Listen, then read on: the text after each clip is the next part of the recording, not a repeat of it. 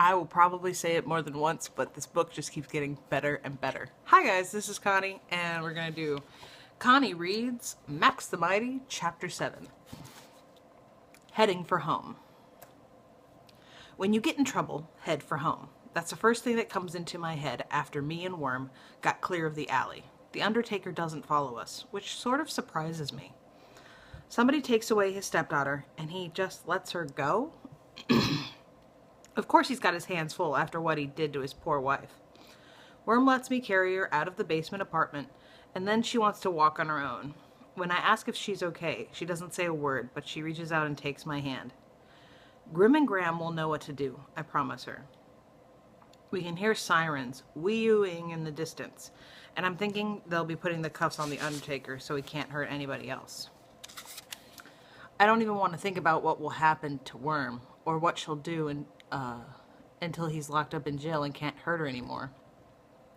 We're cutting across backyards heading for home because Graham will make everything okay somehow. Hey, after dealing with a big donut brain like me, helping an 11-year-old girl should be easy, right? Just had a moment. Wrong, because when we come up to the back of the house, there are blue lights flashing through the windows. Cop cars in the street. Something in my brain goes, uh-oh. I put my finger to my lips. Worm nods and doesn't make a sound. There's a row of thick hedges that runs close to one side of the house, between our yard and the neighbors. I used to hide in there when I was little, after my mom died, but before Kevin moved next door. I'd hide myself in the hedges and pretend I was far away inside the forest where it was green and cool, and the good smell of leaves and earth made me feel safe. Grim and Graham knew about the secret hedge place, but they never let on. I'm way too big to hide in there now. But if I crouch real low and keep my head down, I can still look around to the front yard without being seen. And what I see there just about blows my mind. The Undertaker. He's with the cops, but he's not in handcuffs. He's acting all weepy and upset, and he's telling the police the biggest bunch of lies you ever heard. He was after Rachel, menacing her, and when my wife tried to stop him, he hit her. It never happened that way, but he sounds like he believes it. He wipes his eyes and sniffles a bit and says, "You've got to catch him and lock him away before he does my girl any harm." The cops don't say much, except they tell the Undertaker to stay back. By now, the front door has opened, and Grim and Graham have come out on the steps. The blue lights make them look pale and old. "What happened?" Graham asks, real worried. "Is it Max? Did something happen to Max?" One of the cops says, "Is your grandson home, man? We'd like a word with him." The Undertaker hears that and goes nuts. "A word? The boy assaulted my wife and ran off with our girl. Arrest him!"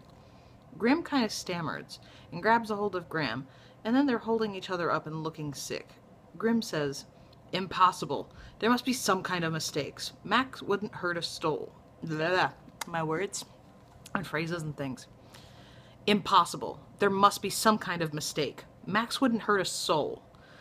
The other cop pipes up and says, "Maybe he doesn't know his own strength, sir. Have you seen him in the last few hours?" Graham's voice is shaking.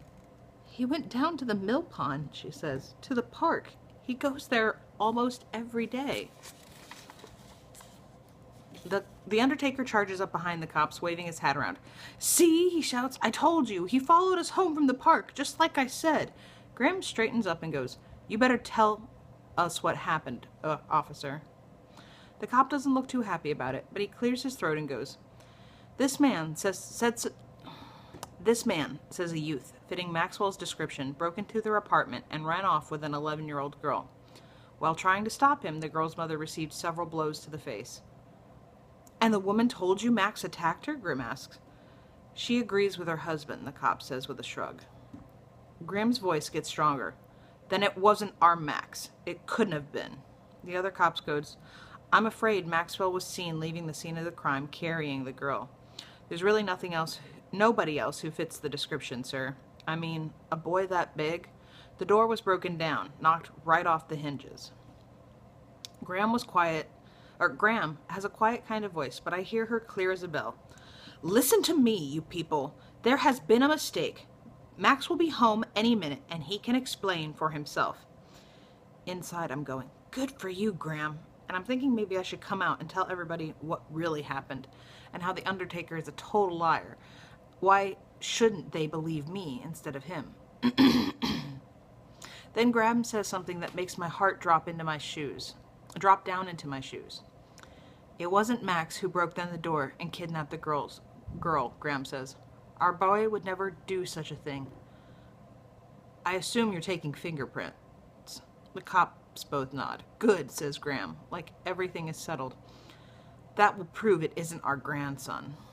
Fingerprints. Mine will be all over the door, I busted down. And besides, I really did break in and run off with Worm.